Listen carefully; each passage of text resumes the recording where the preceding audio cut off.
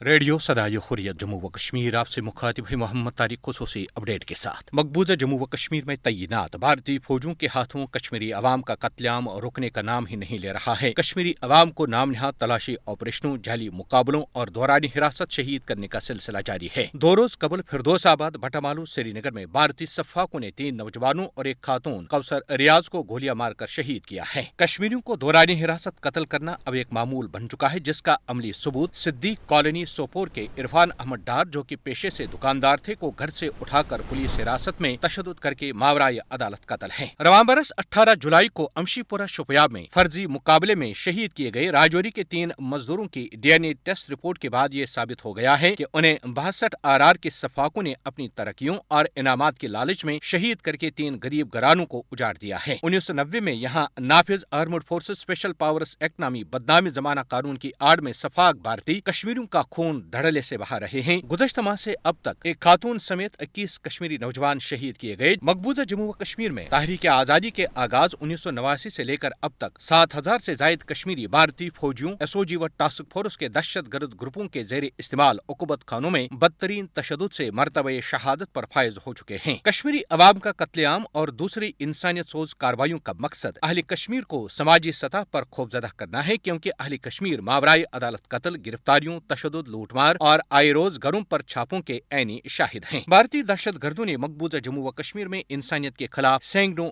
جرائم کیے ہیں، لیکن ان تمام تر صفاقانہ حربوں اور ہتھ کنڈوں کے باوجود بھارت اہل کشمیر کو تحریک آزادی کشمیر سے دستبردار نہیں کر پاتا ہے۔ بھارت کے غاصبانہ قبضے سے آزادی ہی کشمیری عوام کے مشکلات و مصائب کا واحد مداوا ہے، لہذا عالمی برادری کو مقبوضہ جموں و کشمیر میں بھارتی بربریت کو روکنے میں اپنا کردار ادا کرنا چاہیے۔ خصوصی اپڈیٹ ختم ہوا۔ غیر قانونی طور پر بھارت کے زیر تسلط جموں کشمیر میں غاصب بھارتی فوجیوں کے ہاتھوں بے گناہ کشمیریوں کے قتل عام کا سلسلہ ختم ہونے کا نام نہیں لے رہا۔ سری نگر میں بھارتی فوجیوں کے ہاتھوں شہید ہونے والے خاتون سمیت مزید 4 افراد کی جان لے لی گئی ہے۔ گزشتہ ماہ اگست میں ہندوستانی فوجیوں کے ہاتھوں 20 کشمیری قتل ہوئے۔ کشمیر میں گزشتہ 30 سالوں کے دوران درندہ صفت بھارتی فوجیوں نے 95,000 سے زائد افراد کو اپنی گولیوں کا نشانہ بنایا۔ کشمیر میں دوران حراست قتل تو ایک معمول بن چکا ہے۔ سوپور میں بے گناہ نوجوان عرفان احمد کی پولیس تحویل میں ہلاکت بھارتی فوج کی درندگی کا منہ بولتا ثبوت ہے۔